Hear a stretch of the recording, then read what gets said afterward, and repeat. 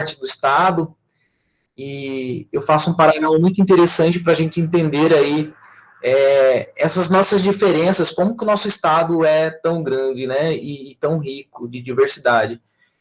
Primeiro, assim, eu quero agradecer muito, Jaque, pelo convite, espero aí poder atender às expectativas de vocês, né, é uma sala bastante, com bastante gente interessante, quero aí cumprimentar aí a todos a parte da professora Jaqueline e também aí dizer assim que convidei o professor Saulo, que é de Juara aí para dar um suporte, assim, acredito que para mim é um desafio trabalhar esse tema, né, com vocês a partir de uma realidade assim que eu tenho pouco contato, mas que eu venho estudando, né, de uma perspectiva de abordar dentro do campo da preservação do patrimônio cultural, que é a minha área, né, eu sou historiador e trabalho aí, meu mestrado foi em cima da preservação do patrimônio cultural, o doutorado está sendo em cima das políticas de preservação do patrimônio cultural, então eu tenho focado nessas discussões, né, e hoje atuo como do Fórum de Entidades em Defesa do Patrimônio Cultural. É um fórum nacional, né, com instituições, entidades internacionais dentro desse fórum, e que vem lutando aí, né, para garantir a preservação do patrimônio cultural, fomentar a formação de pessoas, a valorização das culturas, das pessoas dentro do território em que elas estão inseridas, né? E a partir do tema que nós vamos trabalhar hoje, né? Que é a diversidade cultural e o patrimônio imaterial, né?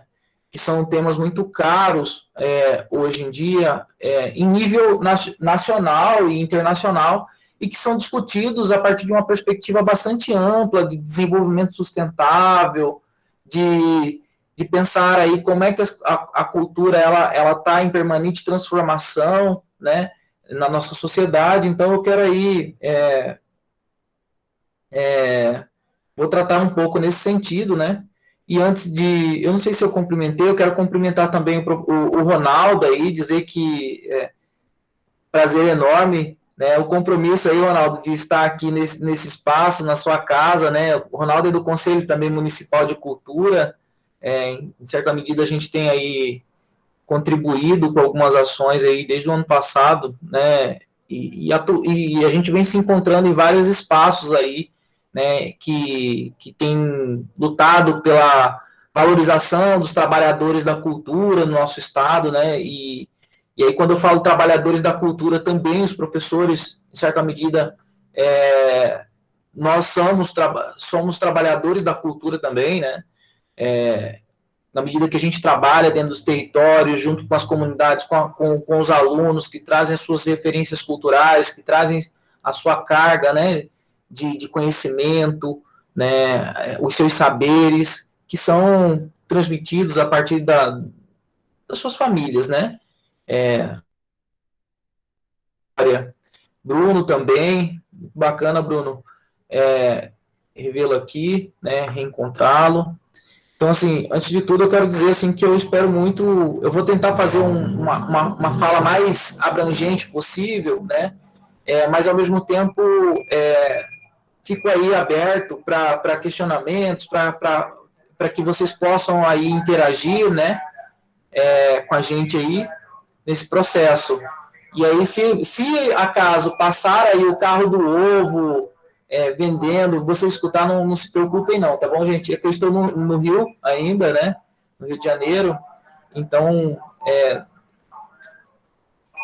o som geralmente passa aqui e atrapalha o barulho da rua, né? Eu vou aqui compartilhar com vocês uma apresentaçãozinha, né, com algumas, que a gente vai começar aí com algumas indagações, né, com alguns pontos que eu acho que são importantes, né, para que nós possamos começar esse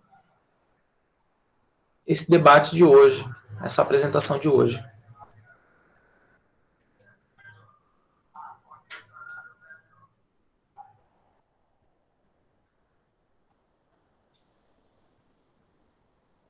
Vou tentar aqui. Tá aparecendo para vocês?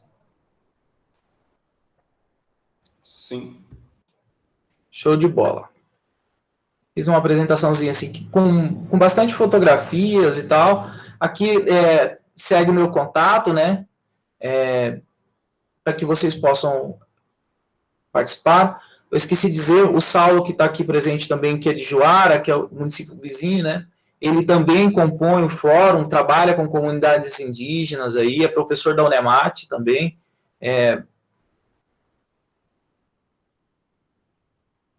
Aqui a proposta de hoje, né, da Jaqueline é um pouco desafiadora para mim, né? Que é trabalhar com a discussão sobre diversidade cultural e o patrimônio material mato-grossense. E aí a gente pode partir do pressuposto, né, da questão do território. Eu sempre gosto de fazer esse paralelo para todos vocês, para todos nós, né, assim, é importante a gente pensar qual é esse lugar que a gente vive, né? Então, onde que esse nosso lugar em que a gente hoje está falando, a partir do lugar que nós estamos falando, né? Então, quando a gente está pensando a ideia de Mato Grosso, em relação, por exemplo, à própria ideia de identidade cultural brasileira, né, a própria ideia de patrimônio cultural brasileiro, né, pensando a partir de Mato Grosso, né, ele assume um ponto extremamente importante e bastante delicado de pensar, né, de tratar dela. Porque muitas vezes a gente vai ver aqui, né, um ponto de indagação assim, ou melhor, uma indagação muito importante para que nós possamos partir aqui o que significa o patrimônio cultural a partir do extremo oeste do Tratado de Tordesilhas.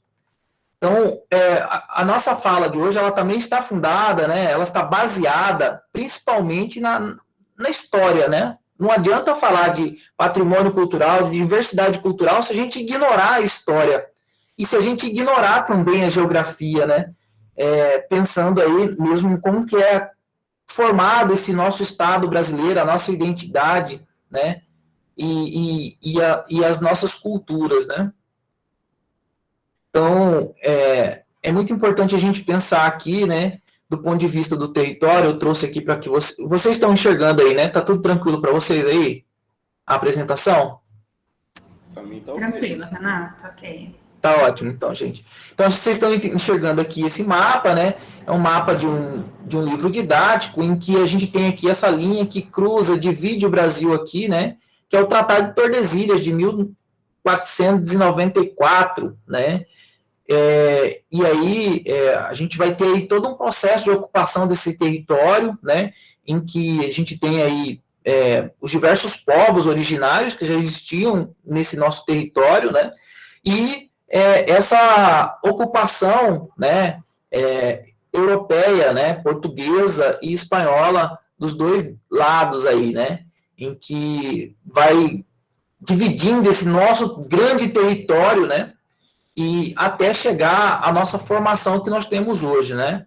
Então, a gente tem aí, passamos pelo processo, eu não vou aprofundar muito nessa discussão, mas é só para que a gente possa situar mesmo como é que o patrimônio, né, pensar o patrimônio cultural é um desafio do ponto de vista de a gente nos reconhecer dentro desse processo, né, entender que a nossa história também faz parte desse processo da cultura nacional, né, desse entendimento do que é a cultura brasileira, o que é a cultura matogrossense, né? Que por vezes a gente às vezes esquece, porque o meu descendente é italiano, meu descendente é francês, e aí a gente fica tomando essas referências de outros lugares e isso tem uma implicação no próprio processo de como a gente se enxerga dentro desse processo histórico mesmo, né, enquanto sujeitos históricos. Então, eu trago aqui, né, esse mapa justamente para a gente entender essa ocupação desse território, né, Mato Grosso do Sul, né, a questão do Tratado de Madrid, a partir de 1750, as aquisições de terra, né, esse longo território nosso que não era inóspito, né? Não era inóspito. Embora a gente vá aí ver, dentro do campo da preservação do patrimônio cultural, ausências que elas não são algo natural. Então, já para que nós possamos aí partir desse ponto de partida, né? Entender o território nacional, né? Entender aí o que é hoje esse nosso extenso país, né? Do que a gente chama de pátria, que está tão em evidência hoje a partir do atual governo, né? De achar, de compreender a pátria como um bem maior, né? Embora isso seja muito mais só no discurso, né? Do que na prática. Mas a gente tem aí uma composição, principalmente, que parte do próprio Estado brasileiro para a ocupação desse território nosso, né? Chegar até o que significa morar em Alta Floresta, né? A partir de quais referências culturais essa cidade ela é formada, o que significa morar em Cáceres, nascer em Cáceres, nascer em Juara, né? Hoje, né? Dentro desse território. Então, ele vai sendo avançado e vai sendo construída principalmente a partir da década de 30, né? E aí entendido a partir de uma concepção mesmo de áreas como sertões, né? Então, isso é muito sintomático para entender a chave de mudança do que é o próprio conceito de cultura mais à frente, que a gente entende hoje, né? Porque aqui a gente tem um ponto de partida lá no século XX, né? Em que entendia essas áreas como grandes sertões, né? E aí o conceito de identidade nacional também vai se transformando ao longo do tempo, né? E aí, como a gente vai ver mais à frente, a cultura, o patrimônio cultural era muito mais baseado no que Ouro Preto, Tiradentes, no estado de Minas Gerais, né, Valença, Vassouras, no estado do Rio de Janeiro, né, e aí essas cidades, essas referências baseadas na cultura europeia, né, de ocupação, colonização europeia, ela vai ser a base, a referência, né, do que é essa ideia de identidade nacional e que vai compor esse grande território, né, que é um espaço de partilha, de articulações e de conflito, né. Então, assim, quando a gente pensa em território nacional, na formação do próprio município, né, eu acredito que vocês podem ver mais à frente, né, dentro dessa divisão administrativa do Estado de Mato Grosso, né, a própria formação desses municípios, elas surgem, né, desses conflitos mesmo e de ações estratégicas para dividir as riquezas, ocupar esse território como se ele não fosse ocupado, né, antes de formar esses municípios, né. Então, para a gente entender aqui como é que é interessante a gente olhar para esse mapa mais à frente e olhar para a nossa cultura, para a nossa diversidade cultural que nós temos hoje, né, a riqueza do patrimônio imaterial, né, no nosso estado. E o que significa o patrimônio cultural imaterial e o que significa a diversidade cultural do nosso estado, né?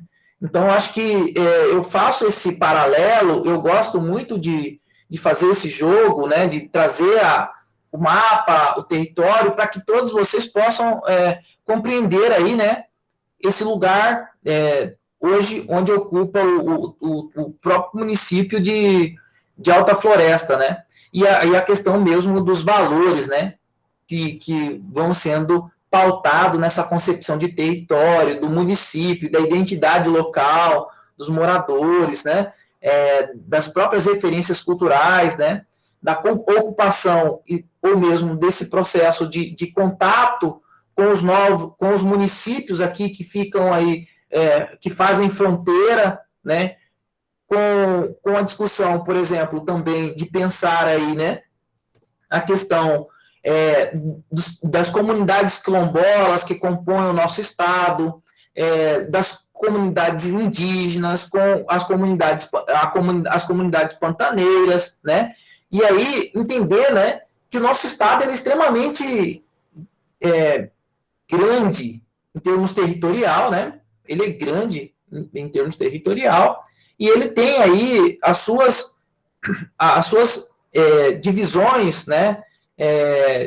De biomas que também contribuem para que a nossa cultura seja completamente diferente. O Saulo que mora em Juara e já morou em Cáceres, a Jaqueline que já morou de Cáceres e mora hoje em Alta Floresta, né? Ela pode aí, todos aqueles que são de outros estados, né? Nascidos e criados e que vão para essa região, pode enxergar as diferenças culturais, né?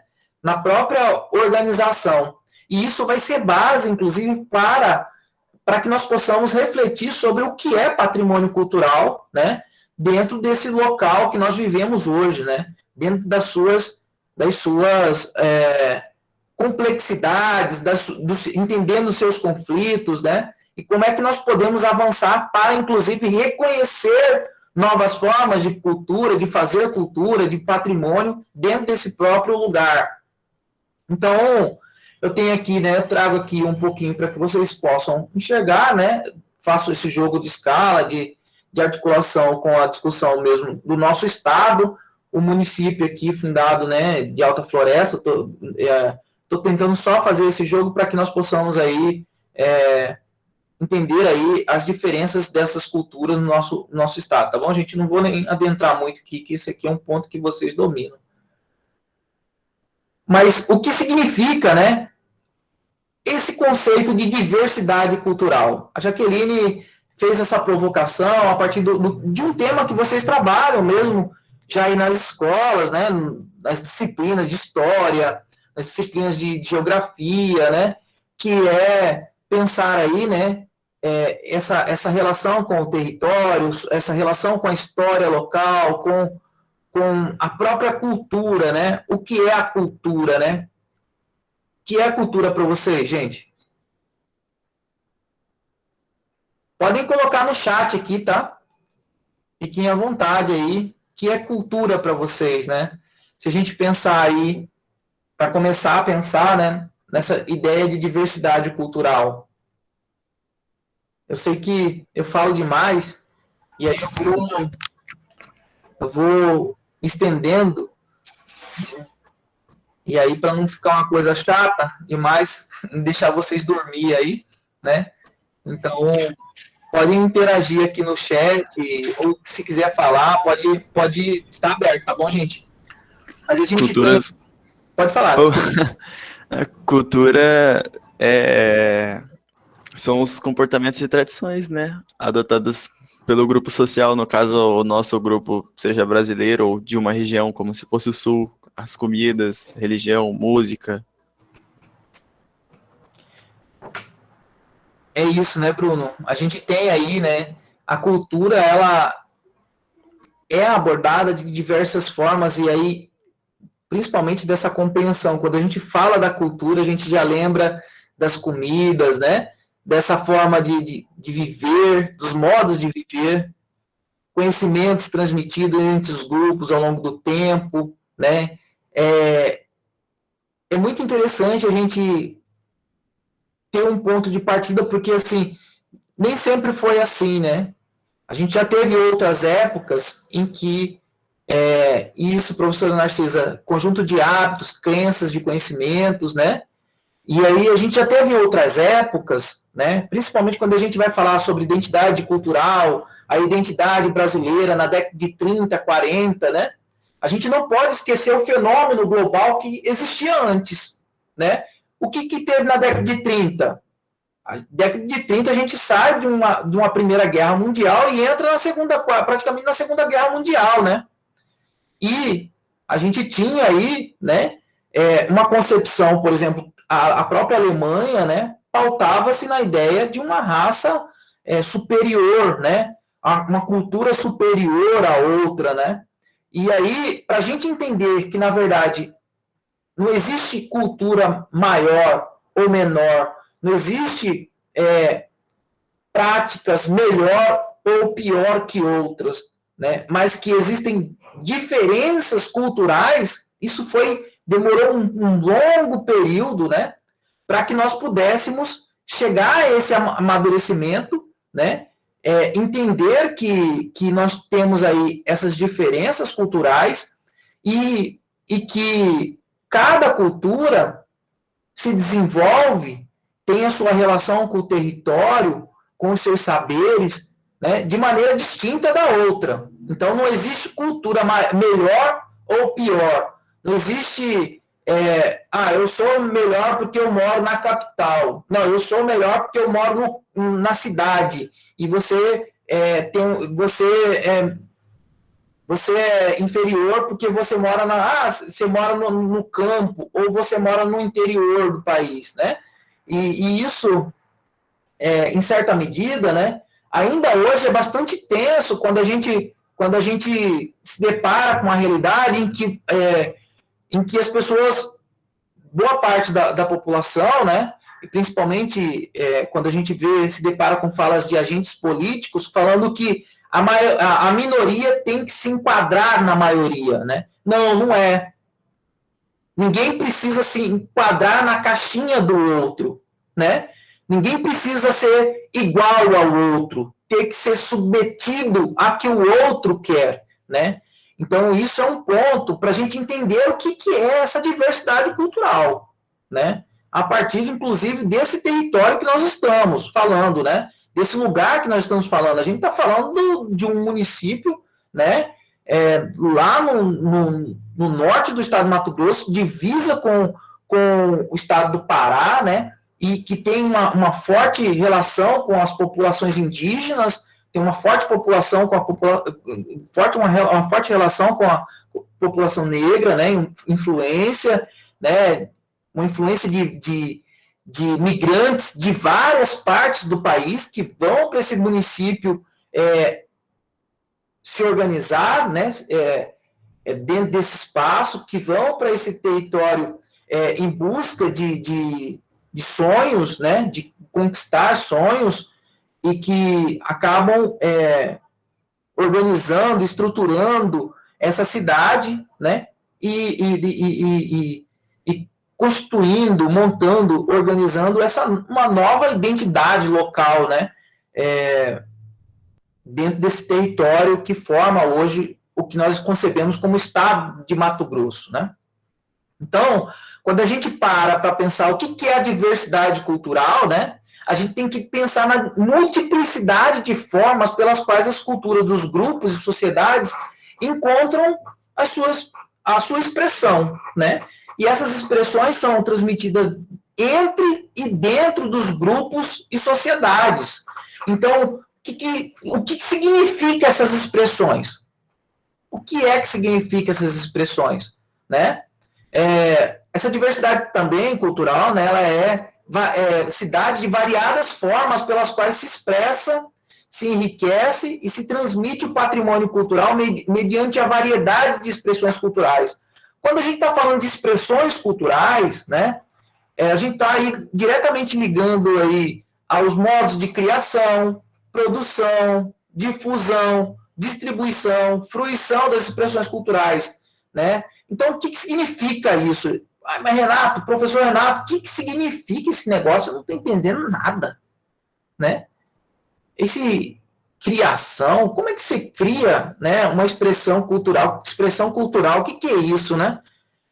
Isso aí, gente, eu estou partindo de um conceito um pouco técnico, né? Um conceito acadêmico, baseado na Unesco, né? Que é um órgão internacional voltado para criar normas, para se garantir minimamente, né, a defesa das culturas no mundo inteiro, né? Então, esse órgão, ele acaba contribuindo aí para para construir mesmo mecanismos para preservar o patrimônio cultural nos seus territórios. E aí, quando a gente está falando de expressões culturais, o que é essas expressões culturais, né? Elas estão relacionadas praticamente aqui ao próprio conceito, né, de patrimônio cultural. Vou partir para ele já, para que nós possamos aí, né, avançar, né, e aí para que nós possamos também compreender dentro do que a gente vai tratar, que é o patrimônio imaterial. Mas quando a gente fala de patrimônio cultural, tem que entender o seguinte: ele parte do conceito lá do século XVIII, XIX, né, que é o conceito de herança de família, né? Quando você pensa em patrimônio, ele dá diretamente aí a concepção de que você é algo seu, né? Meu patrimônio, né? É algo de propriedade, é algo que tem uma relação afetiva ou que tem algum tipo de valor para você, para todos nós, né?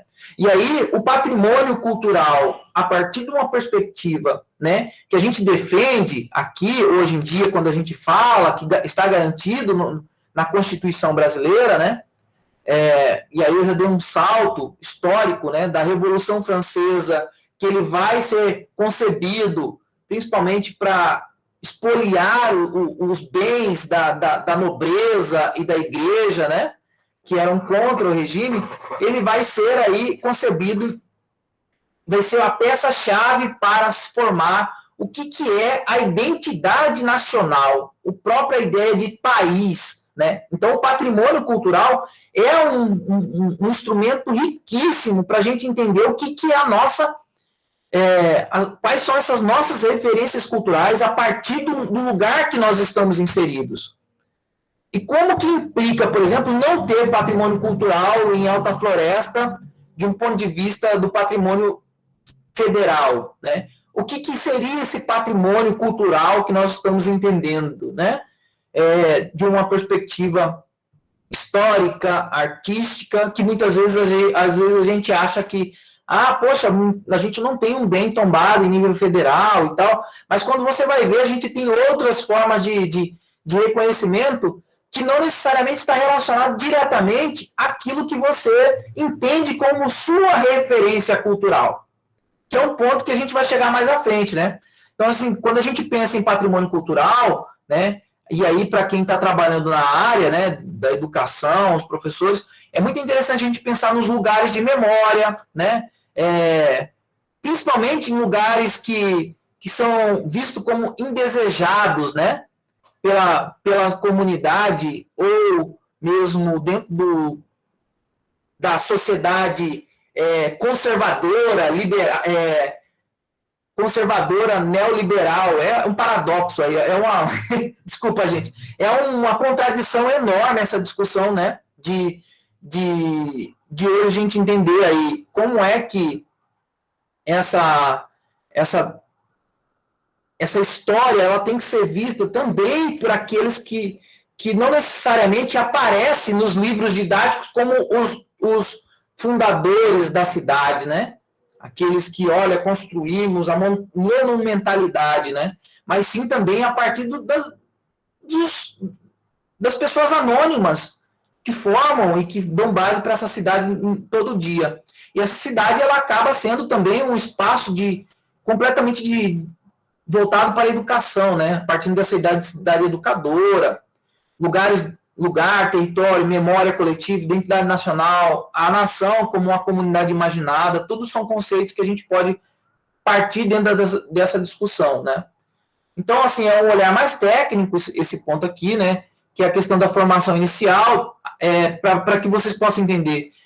Preservar o patrimônio cultural é um instrumento, um requisito básico para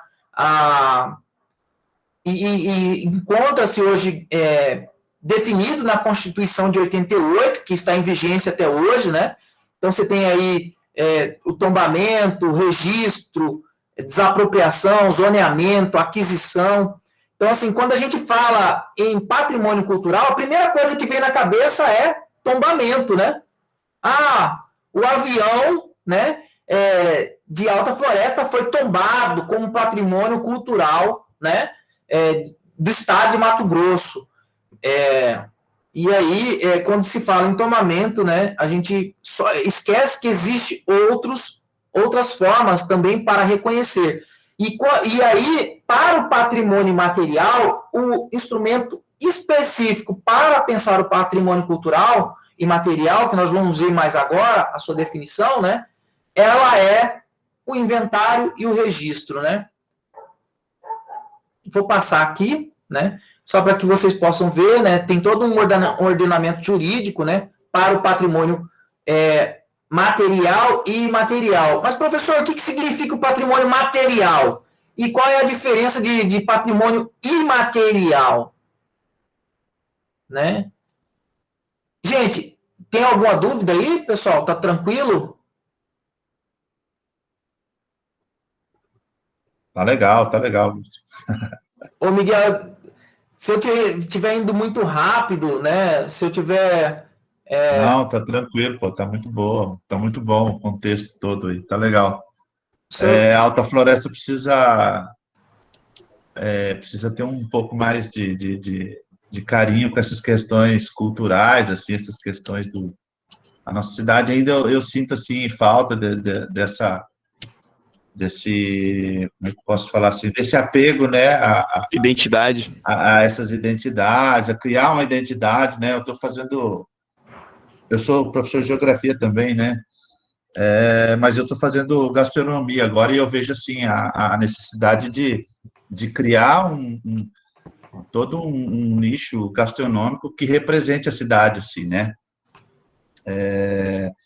e a gente está debatendo bastante sobre isso, né, cara, porque é uma das coisas da gente, quando a gente vai ver as questões por exemplo, né, gastronomia de Mato Grosso, tudo tende, assim, para Cuiabá e por exemplo, para Cuiabá e para Cáceres, né, a questão do pacu, da mujica, essas questões, e ainda está muito pobre, assim, a gente pobre essas questões que devem ser mais, assim, mais buscadas, assim, por cada cidade, buscar o seu referencial cultural, né, para ele poder,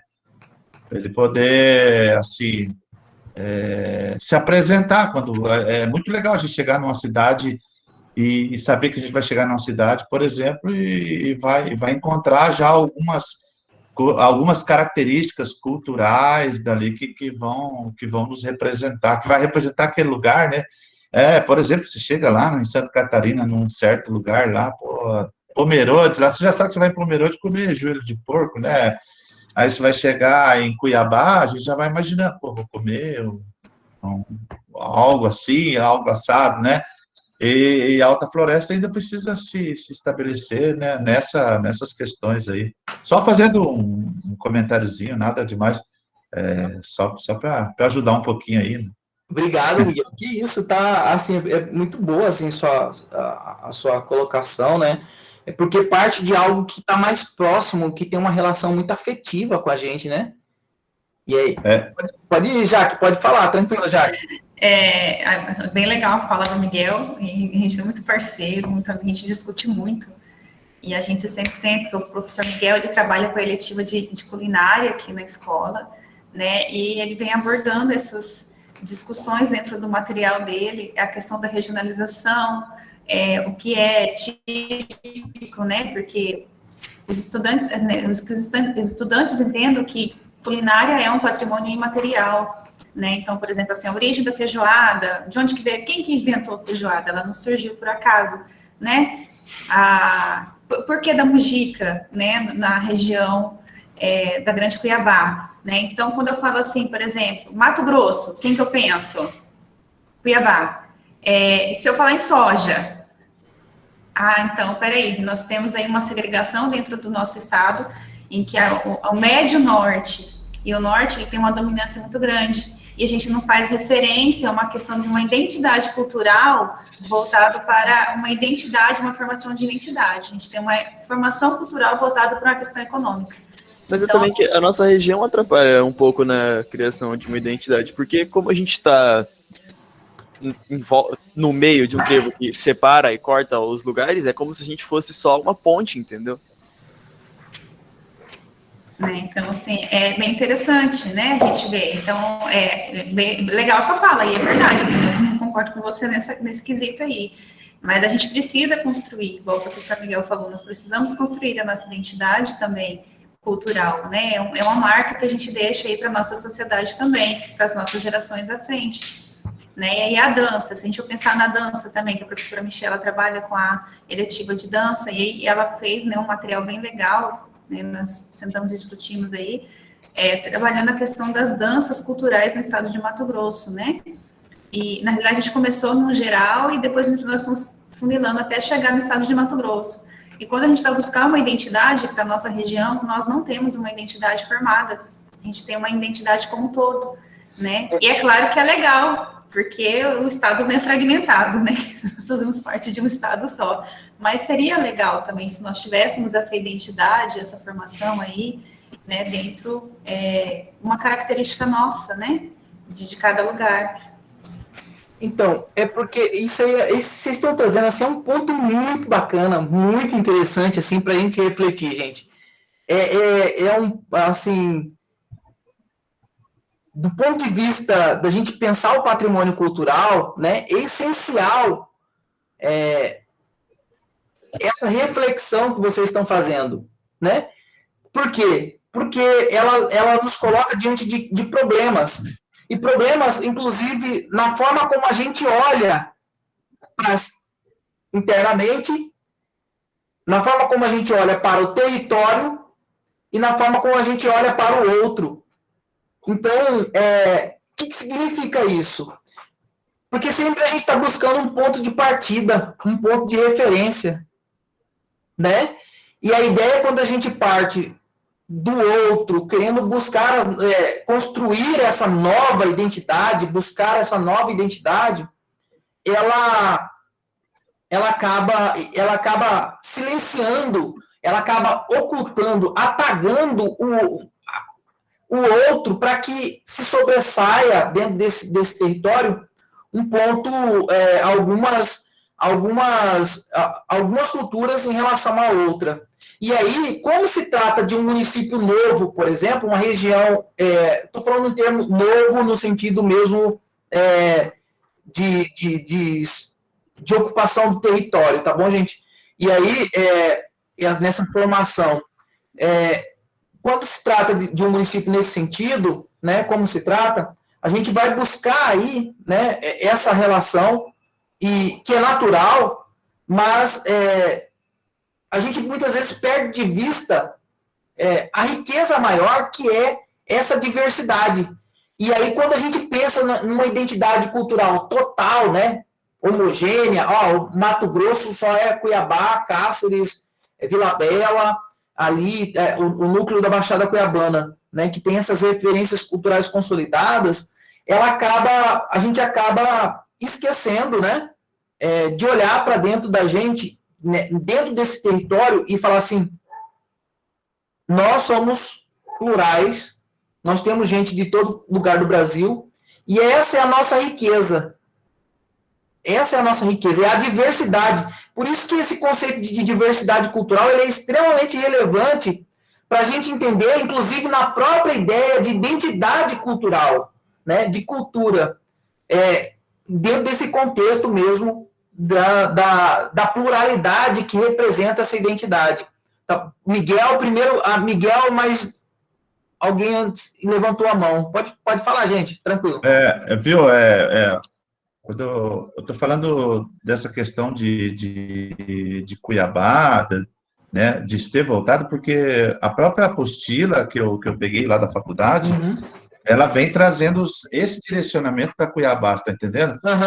E não acho que está certo. Então, quem está errado realmente são os municípios dados mais novos aí, que não brigam, que não estão ainda construindo, que não estão interessados em construir essa identidade cultural, e daí sim, né, deixar ela arraigada ao estado todo, ela apresentar como...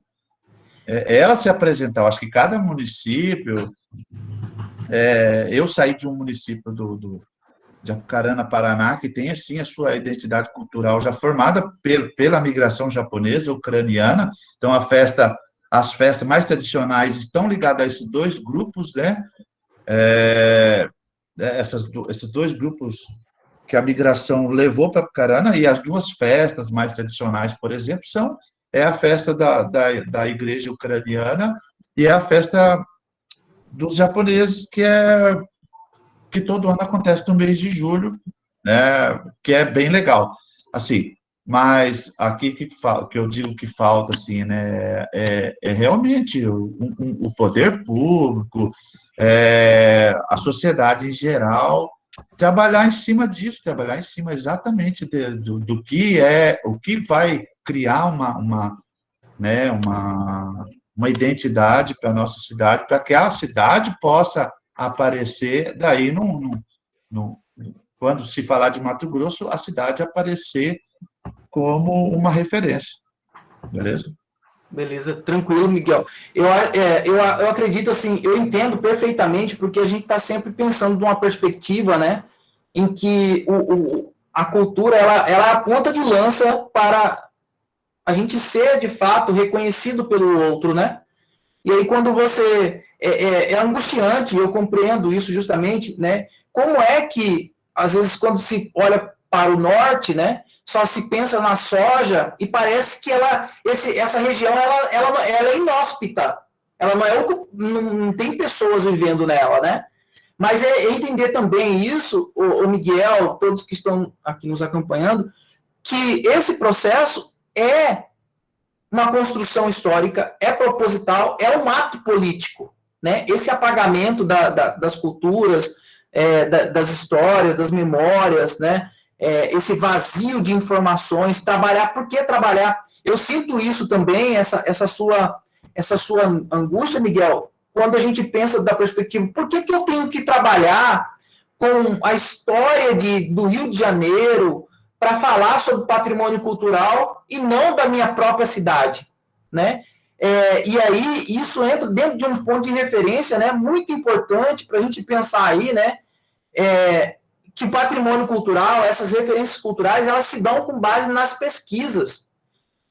A nossa escola, ela é completamente fundamentada, né, nas pesquisas. E aí a gente muitas vezes perde de vista as diferentes formas de ensinar e aprender sobre esse território, e que eles não estão presentes nos livros didáticos, que a gente não vai encontrar, porque muitas vezes ele está na oralidade, está no nosso vizinho, na nossa mãe, no nosso pai, né? E aí, dentro disso, a gente não vai conseguir, porque às vezes a gente fica buscando, né, esses referenciais dentro dos livros. E aí, cabe, por exemplo, a nós trazer um ponto de partida muito bacana que vinha sendo buscado, que era a construção dos inventários culturais a partir das escolas, porque as escolas que faziam e traziam o que era melhor, né, para se trabalhar sobre esse território, sobre a história, sobre a memória. Jean, você levantou a mão? Pode falar, Jean.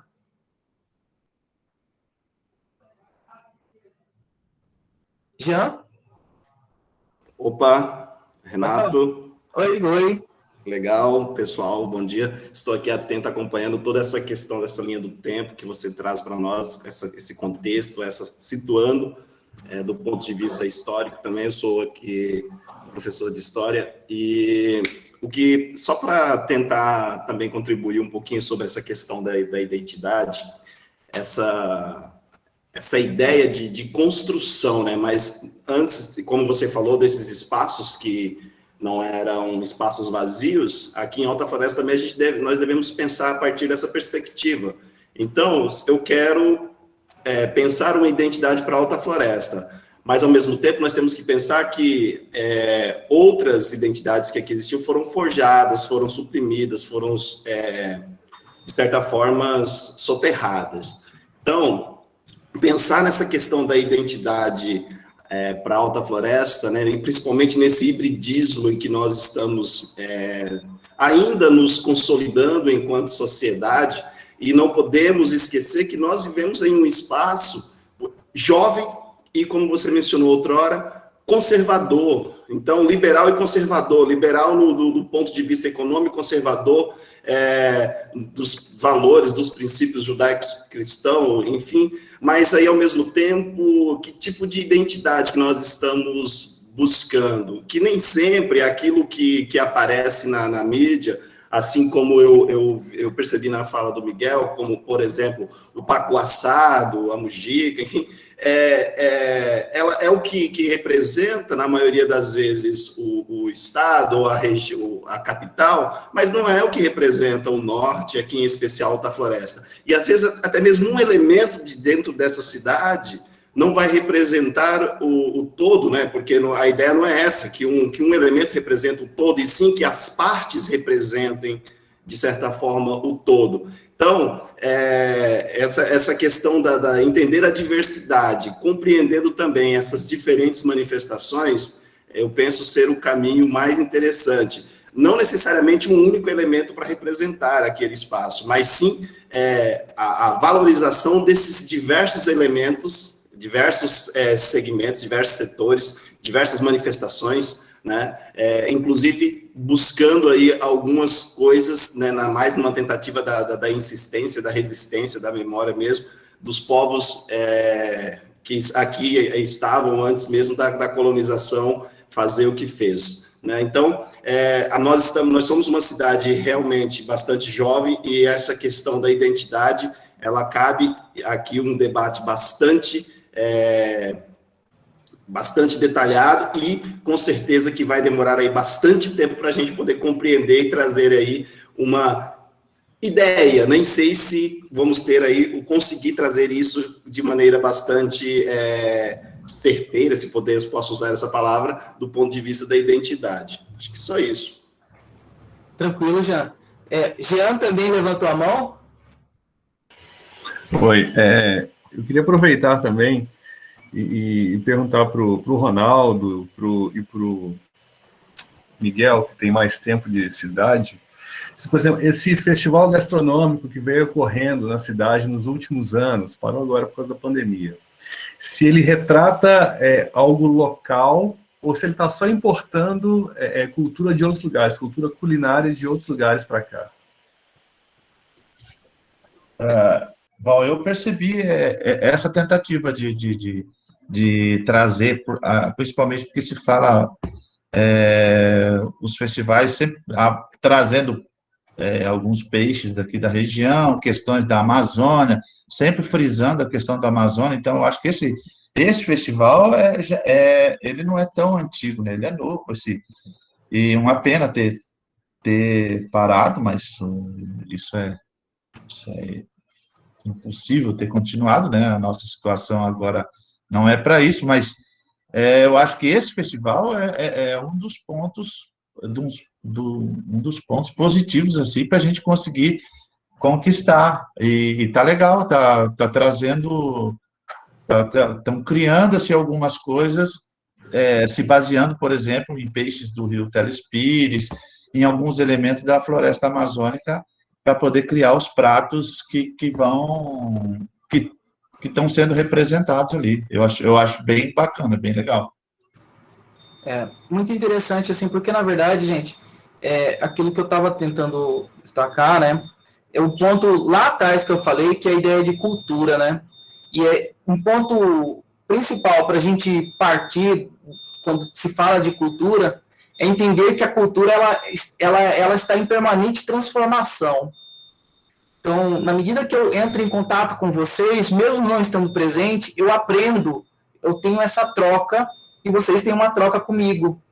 Então, esse processo dialético mesmo de ir e vir e aprender nesse processo que nós estamos aqui, né, de trocas de saberes, né, dessa interação, desse compartilhamento de culturas, de ideias, de visões de mundo, né, ela se transforma, ela nos transforma, né? E aí, quando a gente pensa, por exemplo, nos festivais, né, é importante, inclusive, ter essa relação com outras culturas, trazer, né, essas referências que cada um traz. Porque, gente, não é errado né? Cada um trazer o que tem de si, da sua história, da sua bagagem, para o município e colocar ela como uma referência cultural local também. Mesmo que seja do Sul ou da Europa, de qualquer outro lugar, porque é isso. É aquilo que compõe a diversidade cultural, a riqueza dela está justamente pelo acúmulo de história, de memória, de referência que cada um traz ao longo dessa sua vida e que aprende, né, nesse processo. Então, a ideia de cultura estática, né, que não se transforma, ela acaba sendo bastante entrando em confronto, né, com a ideia de cultura tradicional. Olha, isso aqui é mais tradicional do que o outro, né? E aí, mesmo dentro dessas culturas em comunidades isoladas, né, como a gente vai ver aqui, né, os povos indígenas, elas estão em permanente transformação, né? E isso reflete na maneira como a gente olha. Eu vou tentar só avançar um pouquinho aqui para passar com vocês, e eu abro um pouquinho mais a fala, tá bom, gente? Mas só para fechar, né, essa discussão sobre patrimônio mais amplo, né, a gente tem em Mato Grosso, 73 municípios com sítios arqueológicos, e quando a gente fala de sítios arqueológicos, a gente tem que reconhecer que nós não somos a sociedade ocidental, né, baseada na cultura ocidental, europeia, ou nesse modo de organizar a partir de cidades, não é o centro do mundo e não descobriu o mundo, né? E aí que existiram várias outras culturas dentro desse território, né? E quem que já não andou na cidade, não encontrou uma urna funerária, não encontrou um prato, não encontrou uma machadinha, né? Mesmo, por exemplo, no caso de Alta Floresta, isso é muito mais presente, né? Você tem aí um museu de história natural que também tem peças arqueológicas nesse museu, e é um tema de bastante conflitos. Quem aí que não se lembra do caso dos Munduruku, que entraram no museu, pegaram as suas urnas, né? Que são praticamente um caixão, né? Seria como se um processo de violação dos nossos cemitérios, né? Mas a gente também tem aí bens imateriais reconhecidos como a viola de coxo, o ritual Elanquan, os modos de fazer a boneca carajá, o Hitchco, que é a expressão artística e cosmológica do povo carajá, a capoeira e os ofícios da baiana de acarajé, que ela se manifesta também em Alta Floresta, em Cáceres, em todos os lugares, que é um patrimônio nacional, né? Então, quando a gente está falando de bens imateriais, é algo que é intangível, que a gente não consegue palpar. A gente está falando de algo que é transmitido pela oralidade, pelo olhar na dança do outro, pelo olhar na troca, por ouvir, né? Então, e quando a gente fala de bens materiais, a gente está falando de algo palpável, né? Uma caneta, pode ser uma cidade, pode ser algo que a gente vê concreto, né? Então, assim, dentro disso a gente também tem as reservas, né? E aí, dentro dessa perspectiva também, a gente tem aí 78 comunidades reconhecidas hoje como quilombos certificados no estado de Mato Grosso, 43 povos de 16 etnias, e isso é um dado, assim, gente, que a gente vai ver mais à frente, quando a gente fala qual é o lugar dos povos indígenas na história de Alta Floresta. Já pegaram para analisar? Qual é o lugar da história dos povos indígenas na ocupação desse território que hoje a gente identifica como Alta Floresta, né? Eu estava pesquisando, né? Eu só ouço a história do colonizador que montou uma empresa. Isso é o que está mais em evidência nas redes sociais, na internet. Eu não sei como que está sendo tratado nos livros didáticos, mas, assim, isso é uma carência, por exemplo, né? Eu dei uma aula, fui numa reserva extrativista lá do Pará, né? Riozinho do Anfrísio, e eu dei uma disciplina de história num curso para formação de professores extrativistas. E a grande dificuldade dos alunos, né, era justamente também material para trabalhar a partir das próprias comunidades, do olhar do que eles entendiam como a sua própria história. Eles não se enxergavam dentro desse território, né? E nem dentro da história do Brasil. Então, isso é um processo, gente, para a gente entender que o próprio capital, o capital financeiro, econômico, essa ideia de desenvolvimento econômico, ela precisa do enfraquecimento da ideia de identidade nacional. Muitas vezes a gente fica buscando no turismo saídas, olha, o turismo é importante para valorizar, é um ponto de divulgação, no entanto, ele constrói produtos que concorrem, né? São concorrentes, eles não... os laços de solidariedade aí são frágeis, e a base da identidade cultural são os laços de solidariedade, né? De fortalecimento de comunidade são os laços de solidariedade, né? É você de ter afeto com o outro. E aí o capital, a própria visão de mundo baseada nessa relação econômica de troca e venda, né? Ela fica frágil, porque eu só vou te servir, te ajudar, se você tiver como me ajudar. Então, o patrimônio, em certa medida, ele rompe com isso e ele tenta trazer essa ideia de solidariedade, de uma identidade coletiva, plural, que tem que respeitar a diversidade cultural, a diferença, a cultura do outro como parte dessa cultura maior, né? E que ela compõe aí, né, esse cenário, né? Então, assim, para vocês para quem não é quem nunca foi em Cuiabá, por exemplo, a gente tem o Centro Histórico de Cuiabá, né? Esse aqui é um Centro Histórico de Cuiabá, eu morei aqui ao lado aqui. Cáceres, por exemplo, também, né? Centro Histórico de Cáceres, tombado pelo IFAM. Patrimônio natural e material, como eu falei, né? Ele é base para geração ele é transmitido de geração para geração, ele é parte de afeto, né? Daquilo que você transmite e recebe do outro, sem necessariamente ter algo em troca, né? Baseado nessa troca financeira, né? Ela ativa esses tipos de afeto, né? A base da ideia de patrimônio são afetos, né? E muitas vezes a gente deixa de lado isso, né? Porque a gente está isolado, né? Muitas vezes isolado em bolhas, né? Sociais. Então, um ponto também importante para se pensar a questão do patrimônio material é que ele é base para pensar tanto a questão do desenvolvimento sustentável, mas não esse desenvolvimento sustentável baseado apenas, né, na relação comercial, mas também construindo e reforçando esses laços de afetividade, né, de carinho, de solidariedade com o outro, né, pensando aí na questão mesmo dessa valorização dos direitos humanos, né, de liberdade, igualdade, solidariedade, fraternidade, conceitos que parecem que hoje virou coisa de comunistas, né, só comunistas que falam dessas coisas, mas são princípios liberais lá do século XVIII, né, que a gente tem aí 18.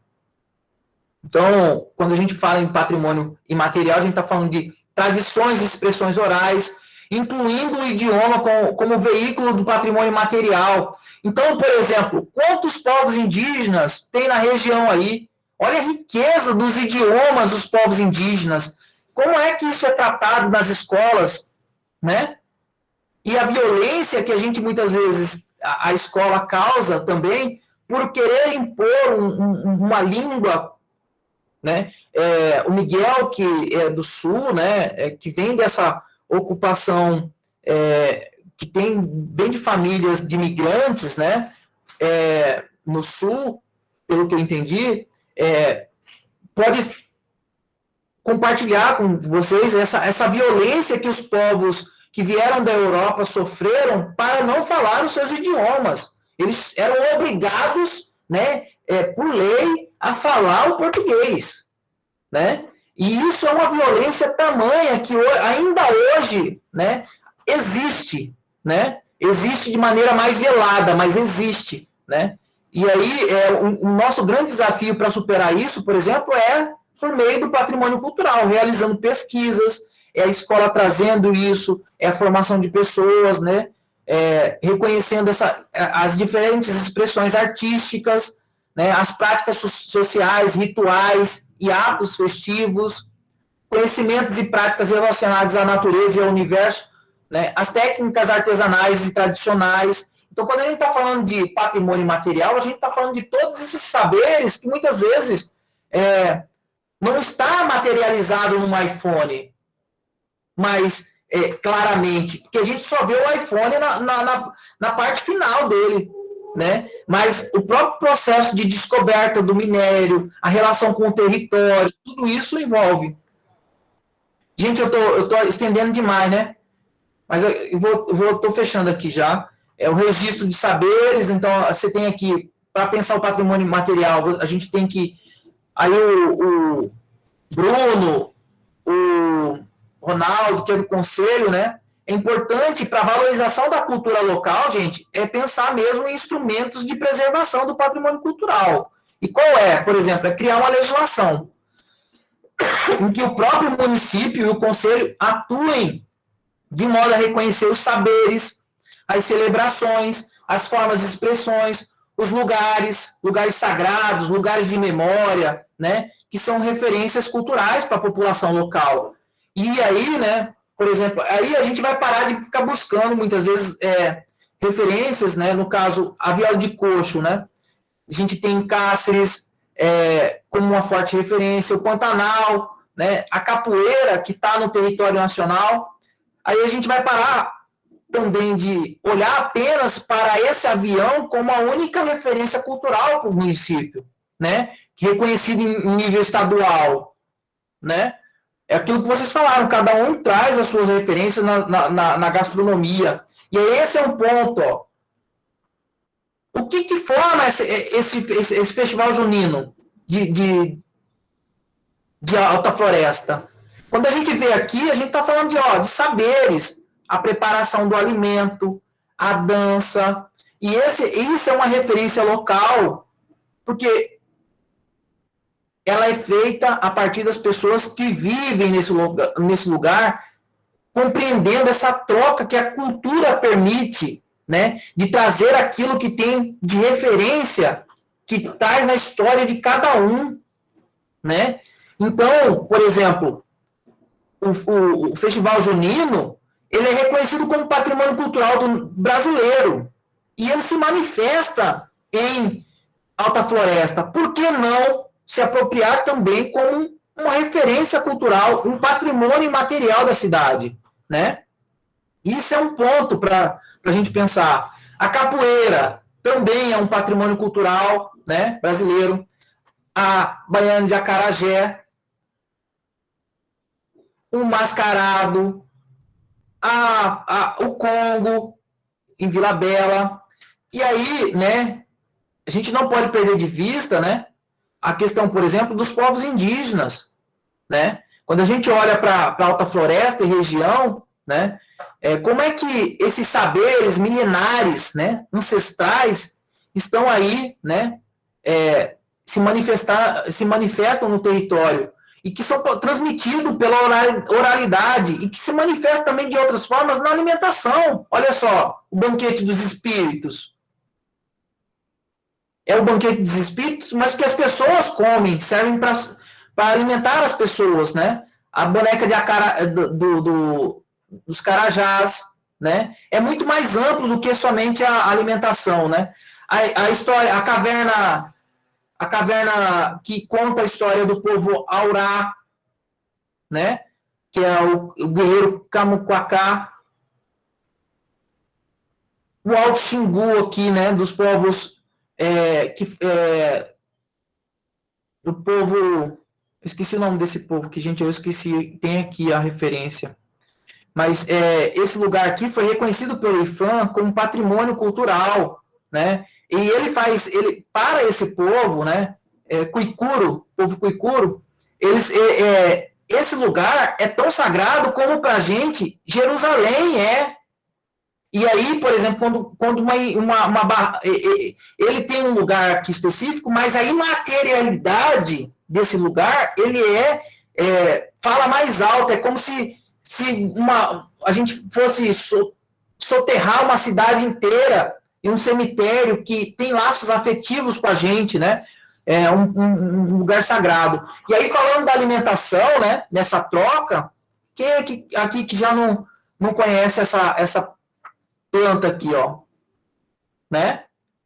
A mandioca. A raiz mais famosa do Brasil. A raiz mais famosa do Brasil, né? Mas aí, quando a gente para ver, né, a gente só às vezes esquece que ela também pode ser feita e ela é base da cultura de outros povos. Não é só nossa, né? Quem que já não gosta aqui de uma mandioca com uma carne assada, né, uma mandioquinha frita com baião de dois, né? Mas aí, por exemplo, ela também é base para os povos indígenas, né? Olha só, né? Tem aqui a preparação do biju, né? No Guarupi, né? Que é um patrimônio imaterial também brasileiro, né? Que é o banquete em comemoração, é uma celebração em comemoração à memória dos mortos.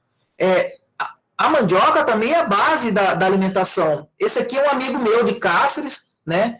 Ele tem uma farinheira no fundo da casa dele, e isso está mais próximo, né?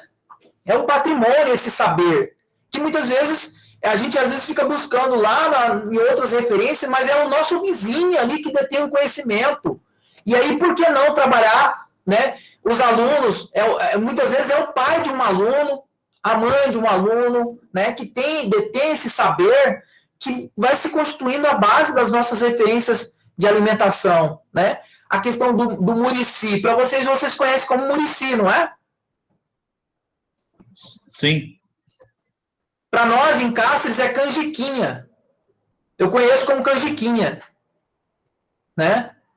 A questão também do buriti. Né? Esse aqui é um tema que... Vocês têm aí muito açaí? Tudo de maravilhoso. Melhor não tem. Aqui na escola tem bastante. Tem em peso. Nossa! Gente, para quem conhece, quem já ouviu falar da guerra do açaí?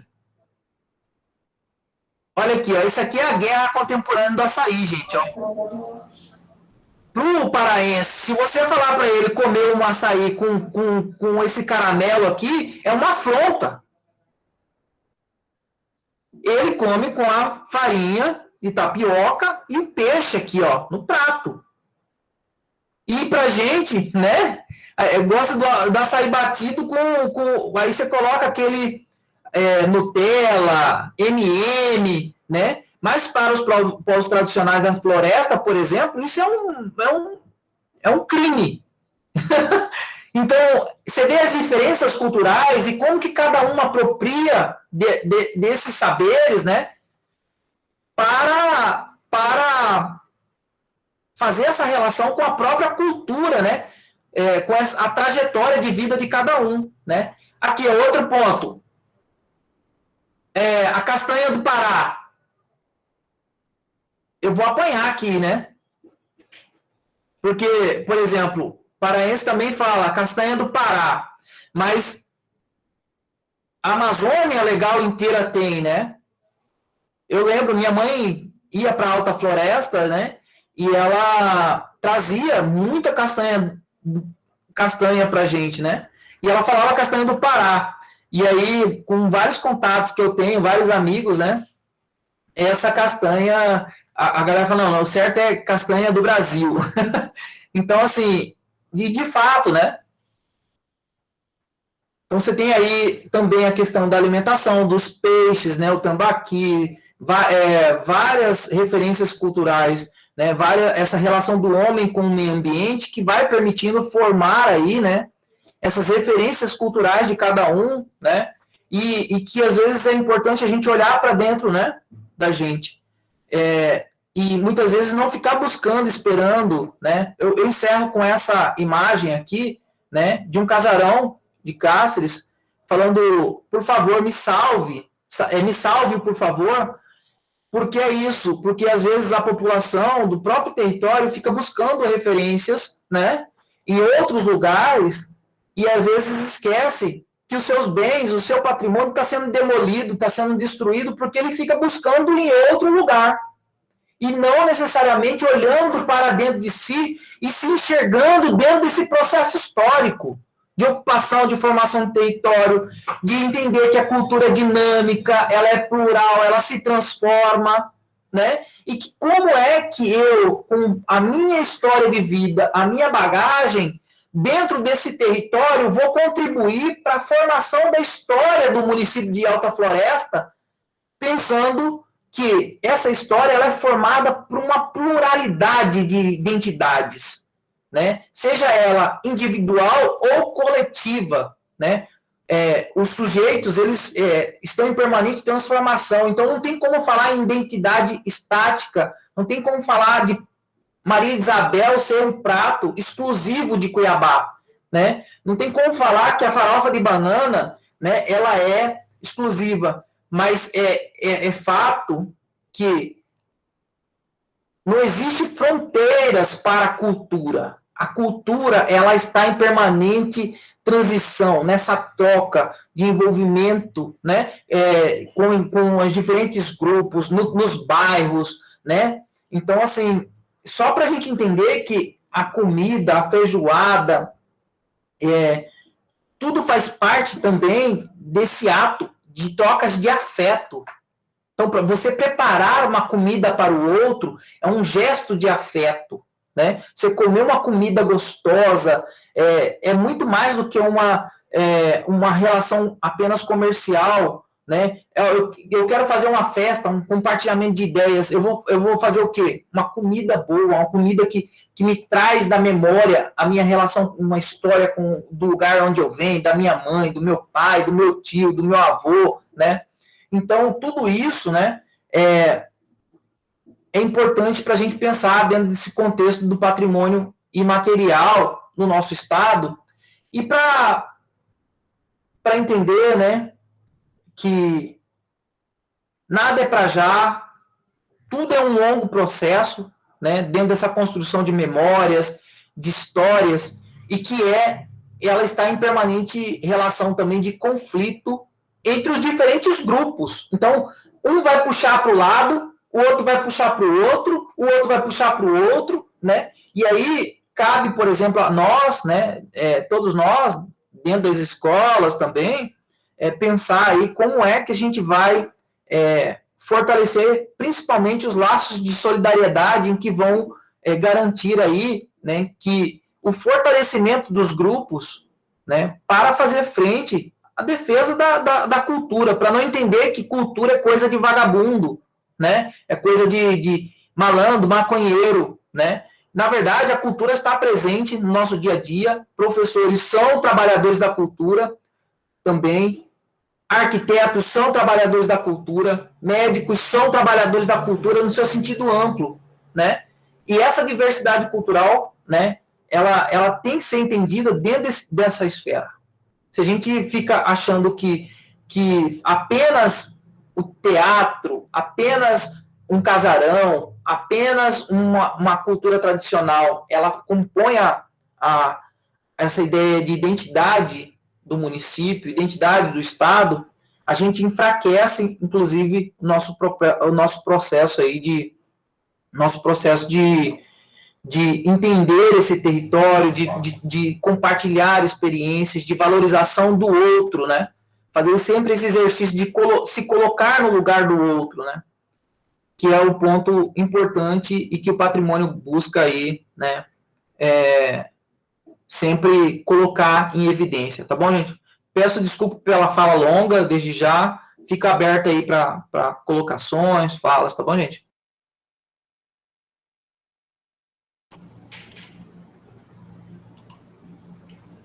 Ok, Renato. O professor Jean levantou a mão. Professor, pode ir?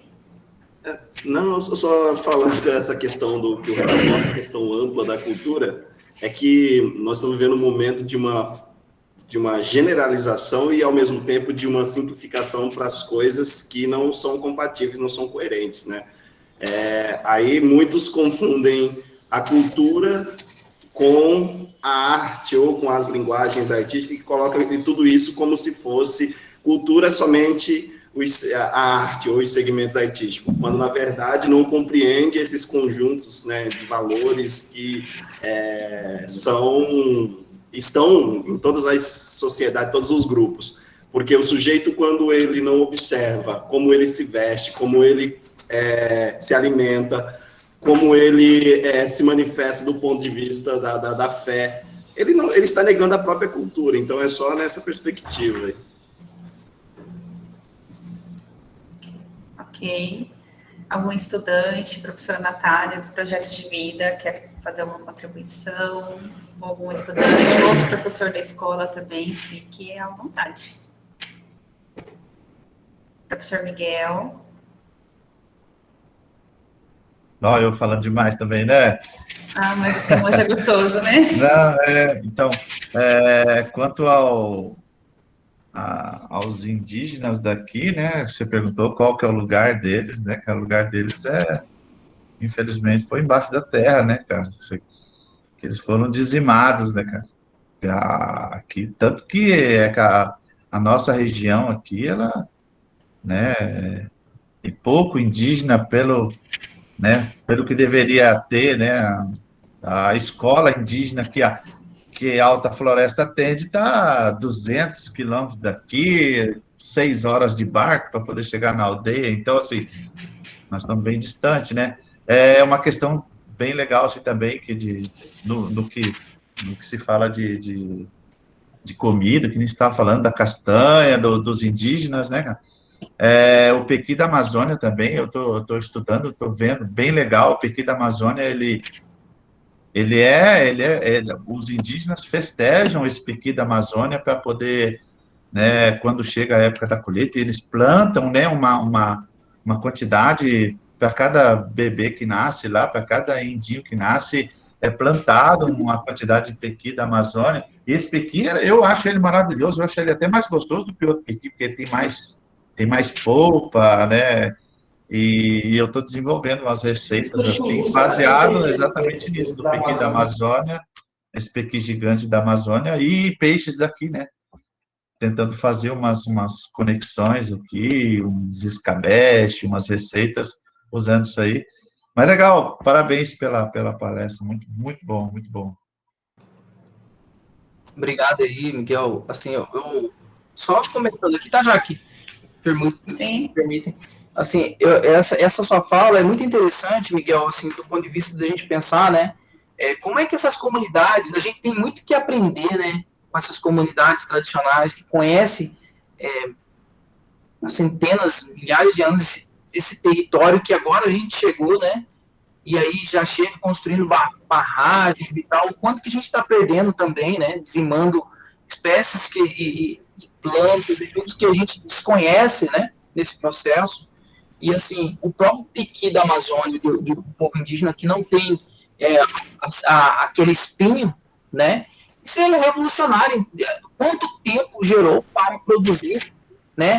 A seleção, esse tipo de produção, esse tipo de alimento, né? Então, eu acho que a gente tem aí muito a aprender com os povos tradicionais. Divina, minha querida, a gente tem aí... Divina, obrigado pela sua participação.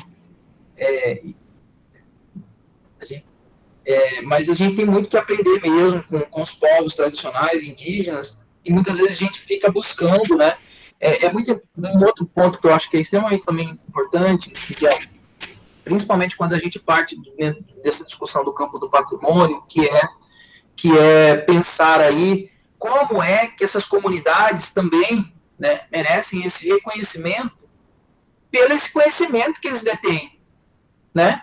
Como é que a gente pode fazer para que eles possam ser reconhecidos dentro dessa história, dessa memória, como detentores de um saber que foi compartilhado conosco, né? Qual é o papel da escola nesse processo, né? De produção de documentários, né? De contribuir. Eu estou fazendo provocações, tá bom, gente? Já que me perdoe.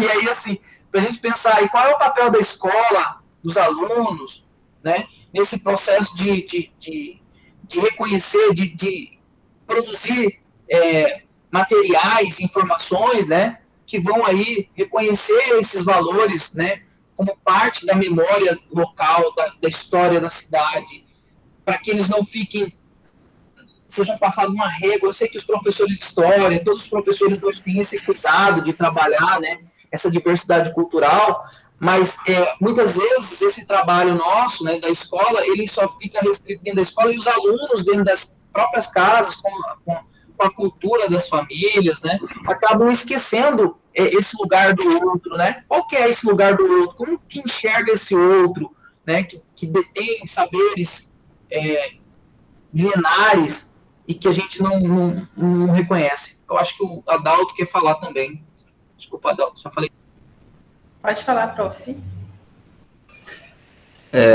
Bom dia a todos, saudações aí ao nosso Renato, a toda a equipe da escola, a toda a família JVC. A gente agradece aí a sua contribuição,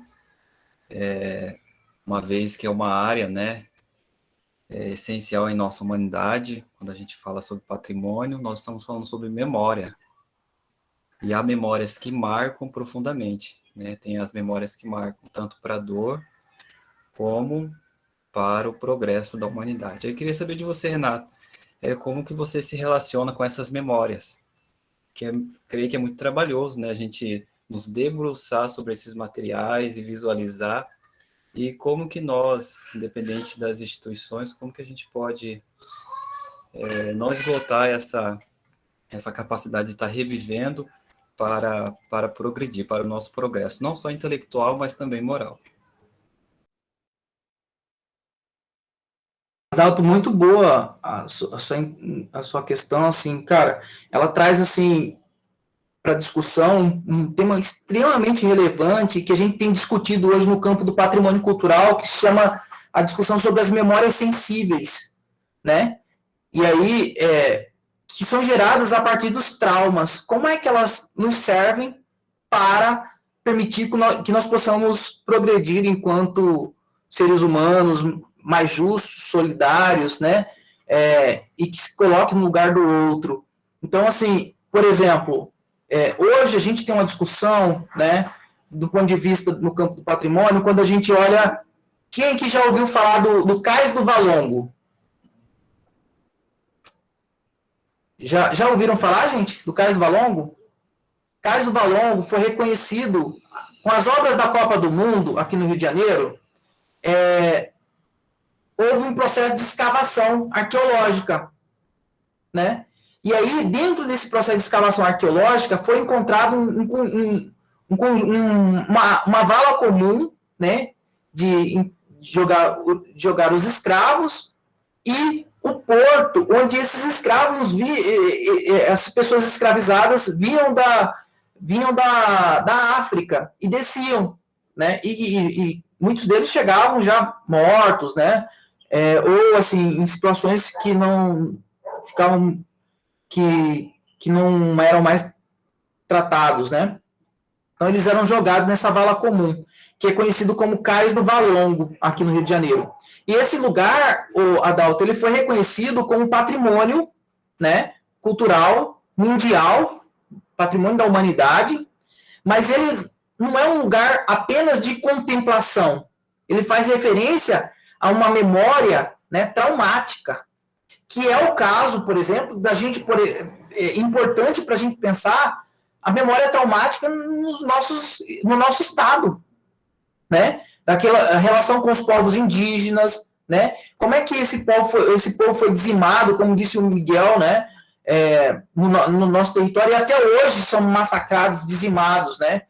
Violados permanentemente. Então, o patrimônio, ele não serve somente como uma alegoria, a coisa bela, a coisa que serve para ser um produto comercializável do que é o melhor para a cidade de Alta Floresta, mas também para representar e ensinar, né, e transformar.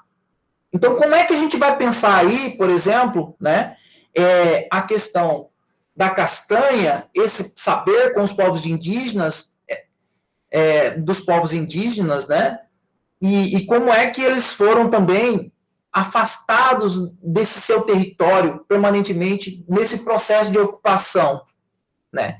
Como é que qual é a importância hoje de se reconhecer isso e de se aprender com esse processo, né? E aí, sempre nos colocando no lugar do outro e sem querer enquadrar o outro na nossa caixinha. Ah, mas eles não são mais indígenas porque eles usam roupa, eles têm celular, têm caminhonete. Eles não deixam de ser indígenas por causa disso, né?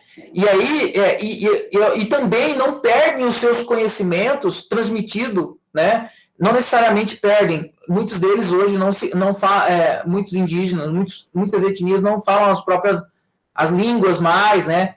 Estão abandonando e tal. Isso vem de um processo da gente reconhecer a importância dessa língua e passar a entender e valorizar enquanto um patrimônio cultural que também se faz referência a uma memória de violência, de traumas, né? Se colocar no lugar do outro mesmo. Então, essa provocação do Adalto, ela é fantástica, assim, para a gente pensar mesmo esse patrimônio imaterial no estado de Mato Grosso, e aí, que eu acredito que é feito, que possui muito mais traumas, né, patrimônios traumáticos, né, do que essa ideia do patrimônio... Não, eu fiz uma analogia equivocada aqui. Na verdade, a gente tem muitos patrimônios também que merecem tanto a atenção quanto a ideia da cultura comemorativa, né? Essa visão positivada de memória, de valorização das referências culturais, né? A partir das celebrações, dos atos de comemoração, né? É isso, desculpa, gente. Pode ir já. A professora Natália, tinha levantado a mão, pode falar, prof. Bom dia. Bom dia, Jaque, bom dia a todos. Respondendo a pergunta ali, né, do Renato, ele estava falando enquanto a escola, né, o papel da escola diante desse assunto, desse tema. E nós temos ainda muito a percorrer, né, um caminho ainda muito grande, mas já avançamos muito. A gente percebe isso. Eu, com 12 anos, né, de escola, a gente percebe o aluno, quando a gente pergunta a que grupo, né, que ele pertence, qual é a cultura dele em casa, alguns ainda ficavam perdidos, não sabiam responder. E se tratando disso, né, a gente falamos, né, nós falamos com nossos alunos a respeito da identidade cultural deles, né, muitos ainda não se reconhecem, né, e quando você fala aí da questão dos índios, né, a gente entende que essa cultura, né, essa identidade, ela é maleável, né, então por isso que há essa alteração. E aí, quando a gente conversa com nossos alunos, a gente fala sobre o pertencimento, se eles conseguem se ver, né, se eles se veem dentro de algum grupo social, de alguma cultura, né, em si. E nós falamos muito no projeto de vida, no início desse ano, sobre essa questão de pertencimento, né, porque muitos ficam perdidos, né, eles formam um grupo, os alunos aí estão escutando, eles sabem disso. Normalmente tem aqueles grupos já formados, né, e aí algum que se sente um pouco diferente, né, daquele grupo, né, ele se sente um pouco fora, né, e nós conversamos muito sobre isso, e as respostas deles assim, amplamente,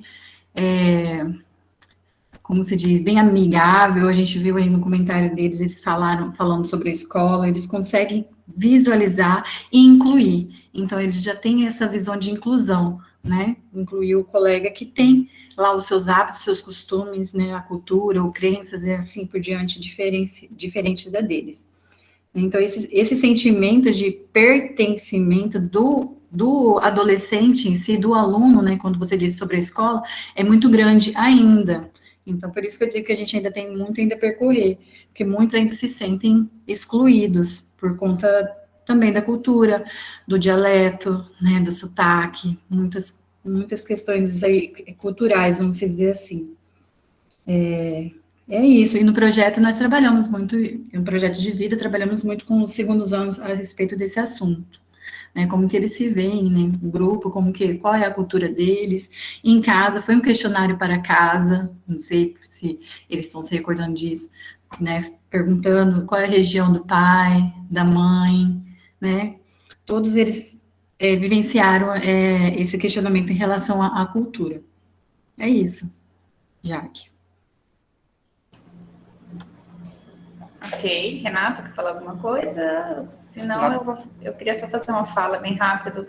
Em relação, né, ao que fala de patrimônio, quando a gente fala do patrimônio cultural indígena, principalmente, né, é uma questão tão séria, uma questão que deve ser analisada, né, de uma forma geral, porque, assim, eu falo que enquanto nós estamos dormindo no ponto, né, nós não procuramos essa identidade, não conhecer, não trazer ela, né, para dentro da nossa vida, no nosso cotidiano, da nossa história mato-grossense, da nossa história brasileira.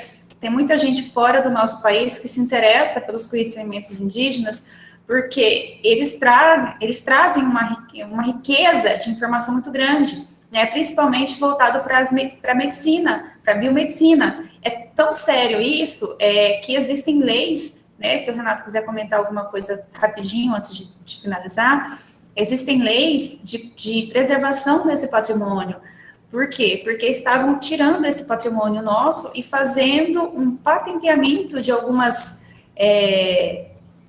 plantas, de algumas culturas aí, como se fossem deles, e na realidade eram da nossa cultura indígena, né? É extraído daqui dos conhecimentos deles. Então, tem todo até um estudo muito grande sobre isso, né, tratado dentro da biotecnologia, da bioética, né, relacionado com essa questão da relação cultural, né. Então, assim, para que os nossos estudantes entendam, assim, que, mas por que eu tenho que entender a cultura, que eu tenho que conhecer a cultura?